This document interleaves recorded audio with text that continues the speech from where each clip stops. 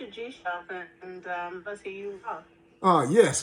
First of all, it's a pleasure for you allowing me to be on your platform. I'm excited. I got a lot of followers in London. Man, I'm telling you, guys are amazing. My name is Terrence Hawthorne. I'm here. Me and my wife, Averia Hawthorne, which they call Lucretia. We've been married for 23 years now, and that's my best friend. And we live here in Tampa, and she's an amazing, amazing, amazing woman. Man, I tell you, as you guys can see, I love her dearly, and she loved me dearly. So that's Yeah. who we are, Mr. and Mrs. Hawthorne. Thank you for being on today. So I guess how did you meet? Could you tell us a little bit about your love story? How did you meet? You know, it's a funny story on how we met, right? A friend of mine was a barber at her shop. She had a salon and a barber shop right next to each other, and I was going to get a haircut from him, and I saw her over there. It was matter of fact, it was a few ladies over there, and I saw her, and she had her mock on because she was a hairstylist as well, and we just made eye contact, and it was something different about her, and I asked him, I said, who is the young lady over there? And he said, oh, that's which one? I said, the one on the end. He said, oh, that's my boss lady. And I was like, really? He said, yeah, this is her this is her shop, this is her salon. So my wife been a boss. She's been a boss for many years. She out of college, she started her own business, and but she's been a boss lady, entrepreneur for many years. In fact, we still have a salon today. We had one here in Tampa now going on 17 years. But but yeah, I met her that way, and and somehow at the end of the day, he ended up giving her my number. And it's funny though, because he told her, like, Creed, this is a good dude right here, Creed. This is a good dude right here, Creed. Don't you mess this up. Don't you mess this up. This is a good dude, Creed. So he was jumping and jumping in the shop, running around like he didn't want to really give her the number. I'm like, come on, man, you didn't do that. But she said it really intrigued her to find out what he was really talking about, right? And I was like, okay, now that ain't the only thing you really, I had to look kind of handsome when I came in there. Because I can say at that time, we talking 20 some years ago, I was cut up at that time. I gained a little weight as I got older. But at that time, I was really, really, really, really, really in shape. I don't know if you guys know LL over there in London, but I was like another LL. I had cuts all in my chin. I mean, I was looking pretty good at that time. I'm not too bad now, but I was, so. But anyway, we ended up talking probably a few days later, right? And we stayed on the phone for maybe 3, 4 hours. I mean, it was just automatic connection. It was like love at first sight, and it was automatic connection. And she told me later that God told her that I was going to be her husband. And I said, it was something special about you as well. I prayed for. You are what I prayed for. You are what I believe God for. And he sent you. In life, I believe that we get the opportunity to find our treasure, right? God bless us to find our treasure. And I found my treasure in my wife. I found my treasure in my wife. And I'm blessed. I'm highly favored. The Bible talks about when you find a wife, you find a good thing, right? And you obtain favor from the Lord. So God's favor been on me for a lot of years because of that So woman. I'm so, so grateful for that. I was going to say, what made you make that kind of connection permanent? You saw that boss lady looking good, you prayed about it, and both of you seemed to sense the same thing, that God was speaking to you, that this is a lifetime commitment. But what made you make that physical? What made that manifestation physical, I guess? You know what? It was a different feeling. It was more spiritual than anything. We connected, to the point where we was thinking the same things. We was completing each other's sentences, and oh my God, it'd be times where I have to be to work probably about 5 or 6 in the morning. We on the phone to about 3 or 4 in the morning. I'm getting 2, 3 hours of sleep. The connection was so real. I mean, it was heaven sent and God ordained. I believe it was heaven sent and God ordained because everything that I prayed for, that she fit that criteria. And what she prayed for fit that criteria. So everything came together. By the way, our first date was to church. Our first date was to church. And it was so amazing. We got an opportunity to grow in Christ together. We got an opportunity to really just build with one another, spiritually, mentally, everything, so it's amazing. So talk us through your journey. Obviously, I've joined at the kind of this part of your chapter of your life now. What happened in terms of the transition? Because some of the pictures you put up, obviously you guys have done loads of things together. It looks like you've traveled, you've gone to church, you were very social. She was an entrepreneur, as you said, and it looks like she used to also do kind of maybe estates and into property. What happened? What changed? Well, as you guys know, you guys that follow our story and our journey, a few years ago, she unfortunately suffered a brain aneurysm rupture and multiple strokes. Now, let me back up a minute before I share that.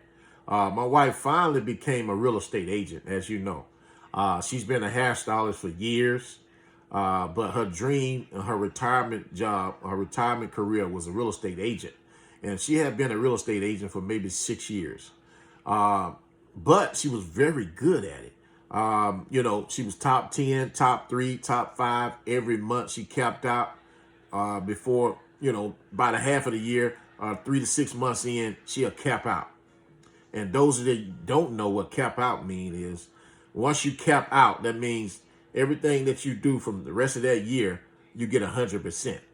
And she capped out. She got a hard hat every year. I mean, she was just amazing. Out of 450 agents, she was actually one of the top agents. And it was because, the love that she exuded and her spirit. I'm telling you guys, whatever you guys think of me, she's 10 times that. I'm telling you, she's an amazing person. She's filled with love. She's filled with grace. And she always told me that, nobody don't care how much you know till they know how much you care. You have to lead with your heart. And she was a people person, and she gravitated to a lot of people with love. And that's how she succeeded. She succeeded with love. And everything was going good. And at that point, I was in the union working for this engineering firm, and I finally became a foreman. After 20 years, after 20 some years, we both was really thriving in our career. We was doing amazing. I'm talking about thriving. And then all of a sudden, obviously the enemy got mad because we was helping so many people become homeowners, become entrepreneurs, right? We was mentoring a lot of people. We had seminars that we was doing across the state. We was doing workshops, credit repair workshops, home buyer seminars, all of that, helping a lot of people. My wife was helping people become homeowners who have never owned a home before. So a lot of amazing things was taking place, right? And the enemy was really, really big mad. And his job was to take her out. Obviously, we know that, he's only out to kill, steal, and destroy. That's just his position, right? But how many God wasn't done with her yet? So what happened was she had a brain aneurysm rupture, and it just suddenly happened. One day we was doing a walkthrough and a showing, right? And that day, thank God, that day, I always go with my wife. No matter what, I always go with her. I never let her go alone as a real estate agent because you never know who these people is. So I make sure I protect her. I always been that protector for her. But that day I knew the people that she was going with. And I told her, I said, you know what, since I know them, you go ahead, baby. And we can meet up afterwards. And she's like, no, come on. Because we best friends. We did everything together. We do everything together. Matter of fact, that morning we went walking together, right? And the Alabama game was on that Saturday. And she left the door open. She went out. She's like, come on. We're going to go to brunch afterwards. Come on. So she left the door open. I had to get up to shut the door. She got in the passenger seat. I had to come on out there to drive. Obviously, I'm her Uber. I'm her personal Uber, okay? So I'm chauffeuring her around, and she loves that. And I love that too. But, I said, thank God I went with her because Little did I know that she was going to suffer an aneurysm that day. Everything was fine that day. It wasn't no signs. Now, she's got headaches before. But, you know, naturally when somebody get a headache, they take a Tylenol, they take something for it, right? But the only thing my wife has been dealing with was high blood pressure. And that's kind of runs in her family, high blood pressure, right? So aneurysm we were never aware of. And it just happened suddenly. So after we left the walkthrough, she said her stomach was hurting. So she took her girdle off and she said, you know, we was going to brunch. She said, I have to use the restroom. I said, well, you want to wait till we get where we're going? And she was like, no, that place over there look cleaning up. So I turned over to the place, went over, I made a U-turn. And she went in. I'm telling you, she wasn't in there long. But the Spirit of the Lord was speaking to me. And I text her. I said, you okay? She didn't text back. I text her again. I said, you okay? She didn't text back. I said, something not right. I called her because she keep her phone with her. I called her, right? When I called her, she did not answer, okay? She did not answer. And I ran in there. And I bammed on the door. She didn't answer. So I said, you know what? I asked the people, I said, listen, I need the key. My wife is in the restroom. I need the key. My wife is in the restroom. They said, we don't have a key, sir. The lady has the key in the restroom. So I had to kick the door down. And there she was, sitting on the toilet. She had set the phone down, right? And she was just looking. Her eyes was big. And I'm telling you, I grabbed her, I picked her up, and I'm telling you, her feet was like rubber. She could not stand. And by the time we got to the door, she was gasping for air. She could not breathe. And I found out later she was losing oxygen. So she was pulling my shirt. I'm hollering for help. And finally a lady comes up. She had to weigh about 90 pounds. She had a broken arm. And she helped me. And everybody else was walking away. And that's the crazy part. I remember people looking and walking away. And I'm begging for help. I'm hollering for help. I'm like, wow. So at this point, my wife is losing her breath. She's basically got stuff coming out of her mouth. It wasn't looking good. So we called the dispatcher. They said, lay her on her back, right? Lay on her back. And they pumped her. She pumped her. She got that second wind. She got that second wind, right? And I'm telling you, it wasn't 3 minutes. 3 minutes. They was there. The ambulance was there. We was, get this, here's the crazy part. We was like 4 minutes or 5 minutes away from the hospital. And the doctor told me that she was minutes away from death. Every minute counted. Every second counted. The time you got to that bathroom, how close she was to the hospital, everything counted. Because the aneurysm rupture that she had was one of the deadliest aneurysm rupture there exists. 99% of the people that have it, they die instantly. And they could not believe that she was still alive. Now, we get there, and the doctor comes out and tells me she's in a coma. And obviously, she suffered a hemorrhage rupture with multiple strokes on both sides of her head. They wasn't hopeful that she was going to live. So they was telling me, prepare a funeral. Sorry for your loss. She only have a 1% to 5% chance to live. If she do, she'll be a vegetable. So I'm telling them, no, I'm not receiving that. I'm not receiving that. So I laid across my wife's body in there that day when the nurses were standing around and the doctors were standing around telling me there's no way. They saw this 100 times. There's no way she's going to make it. I'm sorry, sir. Sorry for your loss. I lay across her body and I told them, no, my wife shall live and not die. It's not my decision. They kept trying to convince me to pull the plug on my wife and let her go. I said, that's not my decision. If the man above wanted her, right, he would have took her. It wasn't her time. Now, get this. Everybody else's situation, okay. Whatever everybody else wishes is, that's their marriage. But me and my wife had conversations over the years. And she told me years ago, before this even happened, if I'm ever in a situation and I'm fighting for my life, don't give up on me. Don't give up on me. Because my God can do anything, and he can bring anybody back at any moment. Because late in the midnight hour, he can turn it around. He can make it right. So that's what I'm doing today. I'm standing on the word of God. I'm trusting God. Because I remember when this happened, the doctor said, she's going to require 24-hour care. Is there a facility that I said, there's no facility, sir. She has a house. He said, she required. I said, it's okay. God got it. Because we talked about that. Nursing homes. We talked about all that. And I know what my wife's wishes is. But, I talked to God. I said, God, okay, I'm going to walk away from this job. I'm going to walk away from my career. And I'm going to honor my vows. You said, love your wife through sickness and in health. Love your wife as Christ loved the church. As his bride. And laid his life down for it. That's what I'm going to do, God. So I'm going to do that part. I'm going to take care of your daughter. I'm going to take care of my wife. But I need you to take care of us. And I'm telling you, from that day to this day, he's been taking care of everything that we need. Because get this, here's the part that people really need to get. Although it's a sacrifice, but he said obedience is better than sacrifice. And God will bless your obedience. When you're obedient and you honor the corners of your vows, every corner of your vows, and trust and believe that God will provide everything necessary. Because I'm telling you, I know you guys see the videos. You guys see the posts. You guys see all this stuff. All this stuff, God, listen to me.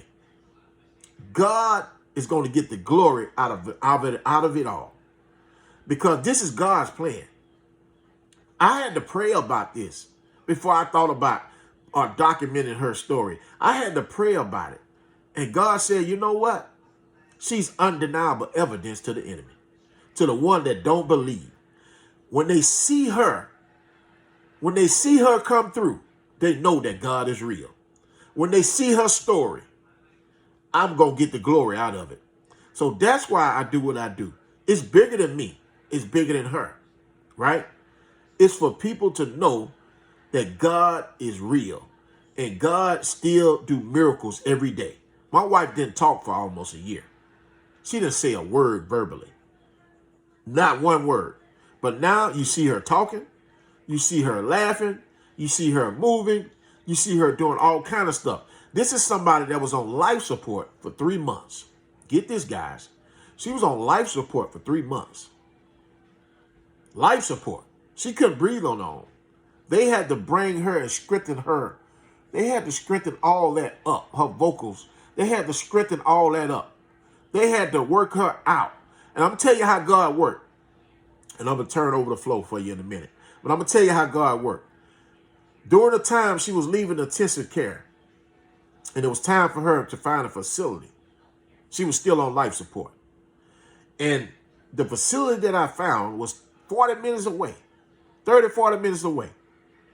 But I didn't know that facility, that specific facility that she went to, specialized, get this, they specialize in getting patients off the ventilator. My God, that's how my God worked. I did not know, but God knew. And I'm telling you, when my wife got there, she was only at 40%. They got my wife all the way up to 99 to 100% oxygen level on her own. They came in there, they did little exercises with her every day. I watched them. They did little exercises with her every day to strengthen her, to strengthen the vocals, to strengthen all that. And I'm telling you, it got stronger and stronger and stronger and stronger. That's why you can't never give up on somebody. Because whose report you going to believe? God has the last say so. Amen. Amen. And it's just mind-blowing just listening to you and your passion. In terms of what has this meant for you watching your wife?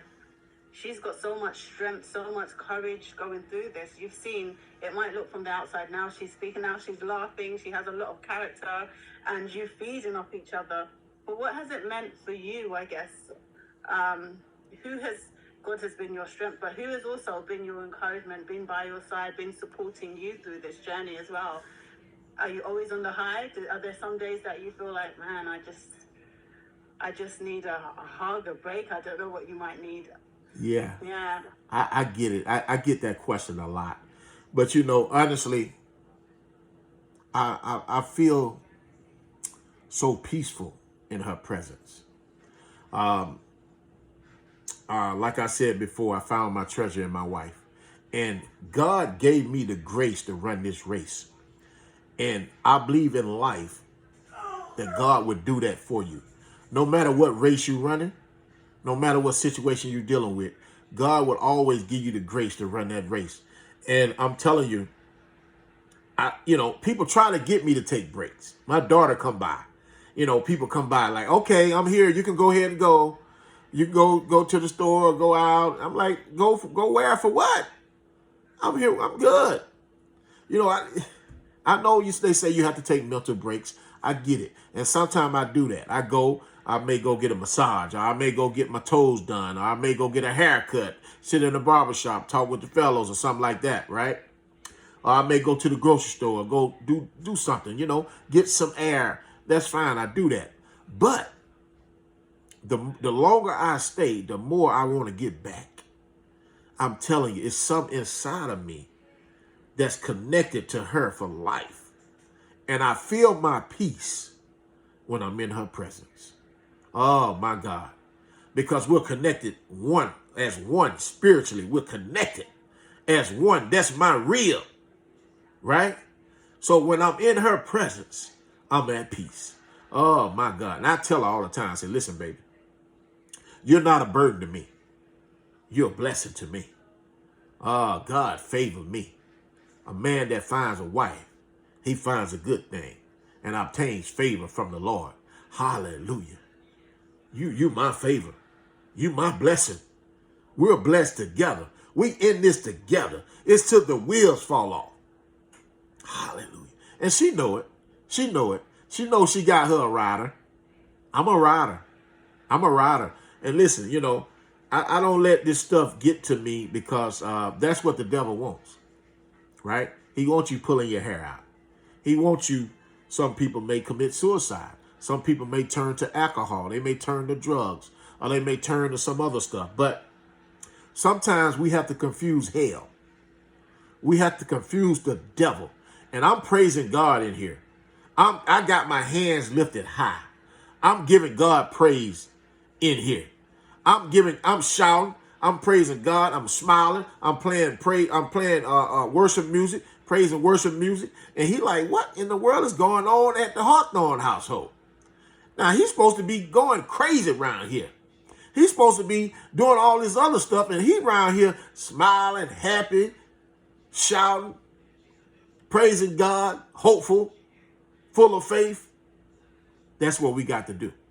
And I'm telling you, man, what the devil meant for bad, God gonna turn it around for the good. Because here's the thing. Get this now. Now I got an opportunity to meet somebody in London. Get this now. This is God. I'm gonna tell you why. I'm gonna tell you why this is God. Because when the devil thought he took us off a big platform, right? Which we was on. We was on a pretty big platform that we was building our career, and everything was going great. It was amazing. But God had an even bigger platform for us that can reach the nations all the way in London. Oh, my God. All the way in London, baby. I'm all the way on. Listen to me. I'm all the way in London, okay? A guy from Mobile, Alabama, Pritchard, Alabama, that grew up in every project you could think of, all the way in London. Tell me there ain't no God. God is good. We reaching people. Y'all reaching us too. The love, I feel it all the way from London. I'm telling you, I got more people. I got a lot of people that follow me in London. And you guys are amazing, man. I'm telling you. You're amazing. You and your wife are amazing. I think you can feel the love through your videos. You can feel it. I think there was the video that got me following you, I think, was you said, oh, you know I love you. And she started laughing in the car. And you're like, she's like, oh, baby. You're like, you know I love you. And she was responding. And you could just feel the chemistry. And I was just like, let me come and see what this is about. And the more you follow, you just see that, you know, your wife's character, it shines through, you know, no matter what. You can see what she finds really funny, that you guys have a really great connection, and you can see your family around. And the fact that you've got so much energy, you're preaching, you're encouraging other people. I'm just thinking, wow, like, you are an example to so many people. You know, everyone wants to give up at little things, and you're here through better or for worse, a living example that better or for worse, and she's getting better by the day, and you're giving God glory by the day, and everyone is watching this hopeful story, knowing that God is going to get the glory at the end. I want to see this journey so I can also glorify. Do you know, you are just an amazing family, and I want to thank you for being obedient and for inspiring us as well to be better in the way. I love what you just said now about sometimes we got to confuse hell. I said, yes. Yes, it's our turn to confuse hell. No, you can't be the only one confused out here. It's lovely. It's beautiful. I'm just lost for words. I guess what words of kind of hope or encouragement would you give to others? Because you're saying my wife is my best friend. You know, it's almost like I can't see anything that's happened. A situation's happened. I'm with my wife, but I wouldn't want to be anywhere else. Even when I do go for a short time, my wife is where I want to be. That's home for me. Yes. What would you kind of encourage or give to other people who are following you or perhaps going through something? What would your word of advice be?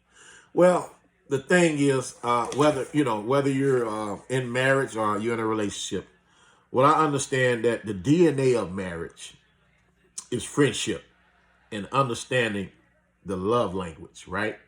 The DNA of marriage is friendship and understanding each other love language. And that's the key. You have to understand their love language, right? And become friends. Once you become friends and understand that, okay, y'all are partners, right? The enemy resides outside of us. We are not the enemy. Okay. The enemy resides outside of us, right? And that's the key. Once y'all become together as a team, see, everything that me and my wife ever done, we done as a team. And I shared this the other day. Whatever we've done as a team, we succeed, right? Because one could bring 1,000 to flight and two could bring 10,000 to flight. Whether it was a hair show or a pageant or whatever it was, a credit repair seminar, a home buyers program, whatever it was.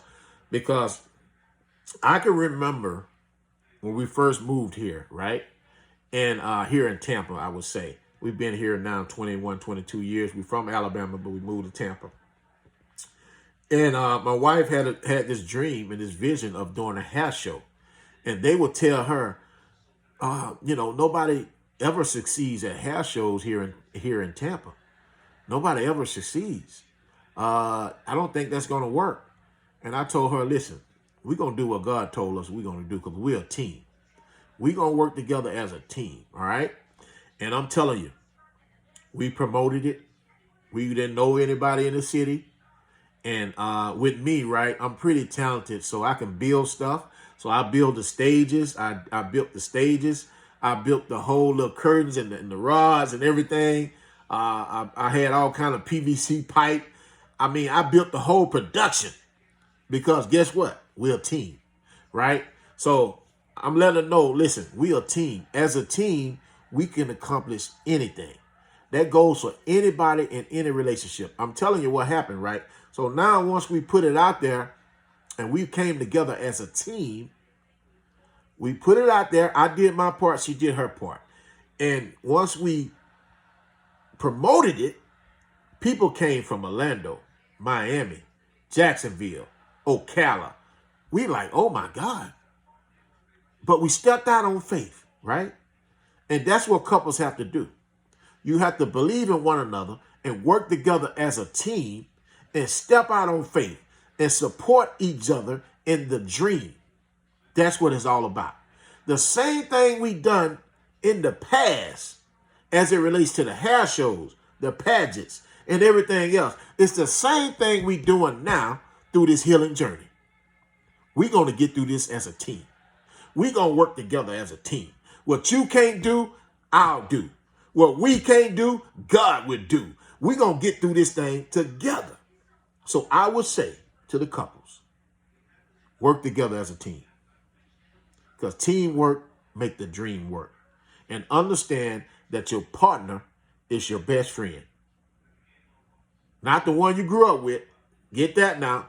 Y'all need to get that clearly. Not the one you went to preschool with. Because once you become married, you cleave to your wife. It says you leave your father and your mother and you cleave to your wife. Right? So that best friend you had in grade school, you got to replace that best friend now. That spouse, that person you married to now is your best friend.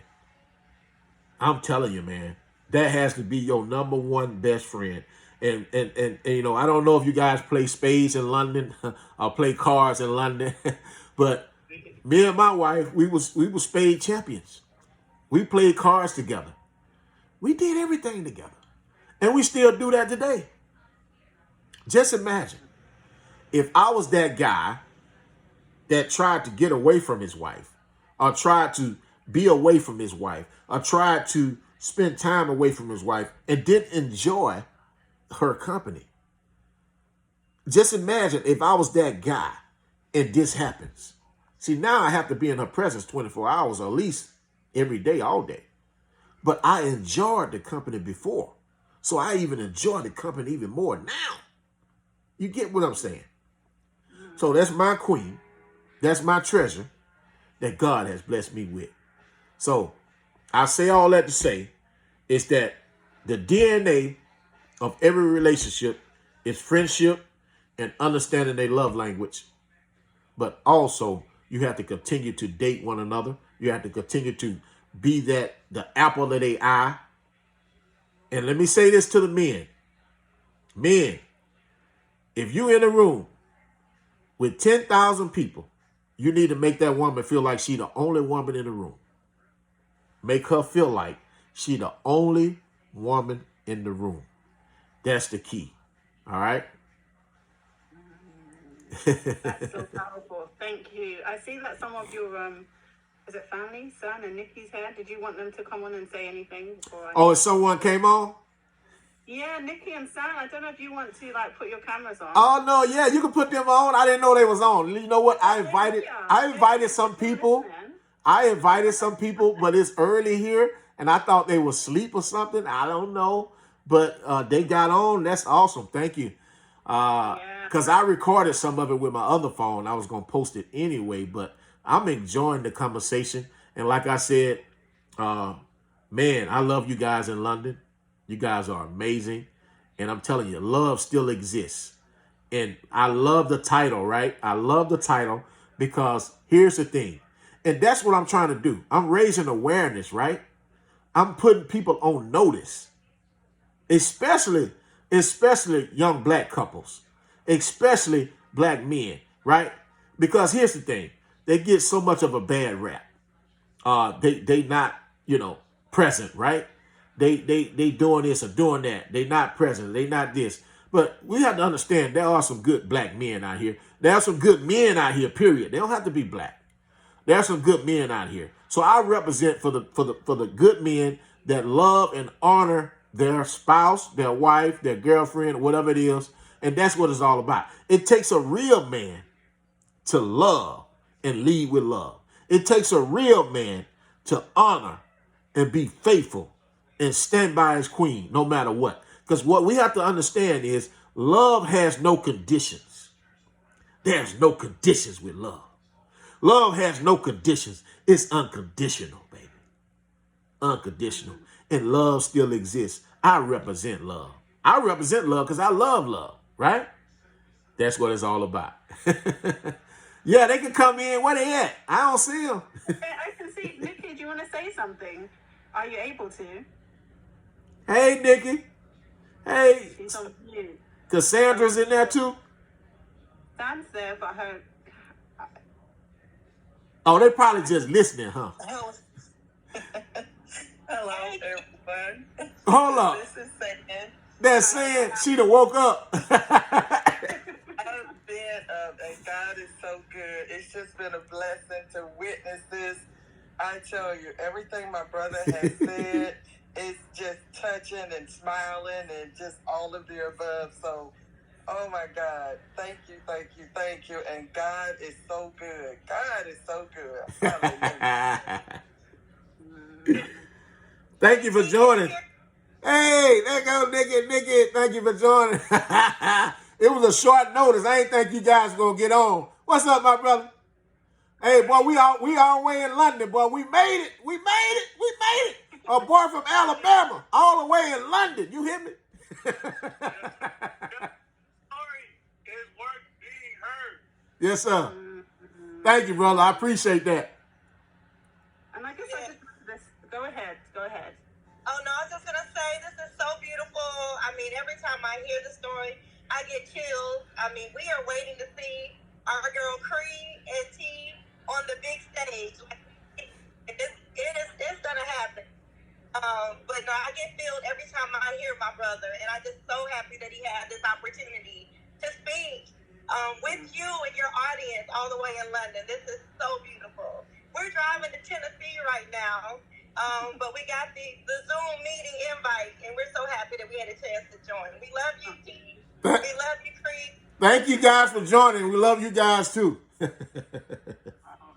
And I guess I just wanted to say, I guess, not just seeing you as a husband, but seeing you as a dad. Right. You know, thank you for being there. You know, because if you weren't there, who else would be? Right. I guess it would be on the children. So it's great to see an example of a loving dad that can be there for us and be there for mom and showing us what love could look like. Because actually, you're more than an example. Just your love for your wife is I think it's even bigger than perhaps my words can express or this questioning can give.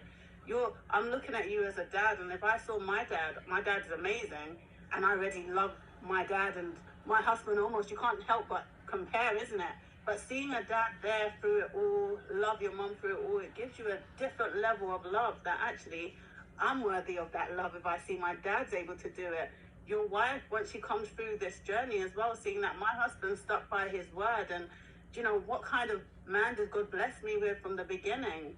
And then seeing you from afar, you've also given an example just to me here in London, thinking, wow, this love still exists somewhere. And all the way from London, I need to tap into America to hear what this love is about. So you have just like opened so many doors, given hope to so many. As you said, even as a black man, you have broken so many stereotypes. Actually, it's not about black men don't cheat. Black men can be as loyal, as loving, as caring, as a best friend through it all. We're not wavering. There are black men that still exist. There are love that still exists. It doesn't matter the color, but you are an example of so many things just by walking in obedience. And I'm personally saying thank you for being that example, allowing us to see it exist and coming on this platform to share it. I appreciate it as a daughter, as somebody else's wife. You know, I appreciate it. Raising daughters to know that men like this exist. Thank you. Well, listen, I appreciate all of that. I really do. I appreciate those kind words. And I'm honored to be on your platform. As I said before, you guys in London really support me a lot. I love you guys. And listen to me, I'm available anytime you need me. I just believe that God is bigger than me and my wife. It's bigger than us. And I believe that he wants us to reach all platforms, and he's taking it to the nation. Because for one, he's going to get the glory out of our story. And I know he's going to get the glory out of our story. And I'm telling you, I can remember, and I'm gonna give it back to you in a minute, but I have to share this because even when this first happened, I can remember when this first happened. And I questioned God. I did. You know, I asked God, I said, why? Why? My wife, she helped so many people. Her heart is just bigger than gold. If anybody know my wife, her heart is so big, she will give you the shirt off her back. I mean, she is so amazing. She will help anybody, right? I'm like, God, I know you didn't bring the sickness upon her, but why you allow it to happen? Why you allow it to happen? And I was angry with God. I'm going to be honest. I've shared this before. I was angry with God. And I was talking to God just like I'm talking right now. And he said, son, because I can trust you. I said, what? He said, because I can trust you. For one, I know you're not going to denounce my name.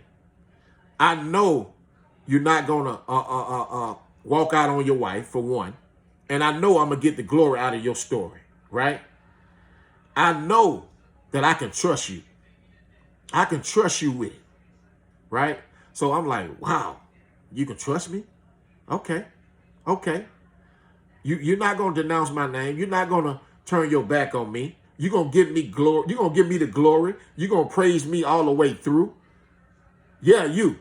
Because you know why? You built for this. You built for this. So everything that I've been through has prepared me for this moment. Everything that I've seen has prepared me for this moment.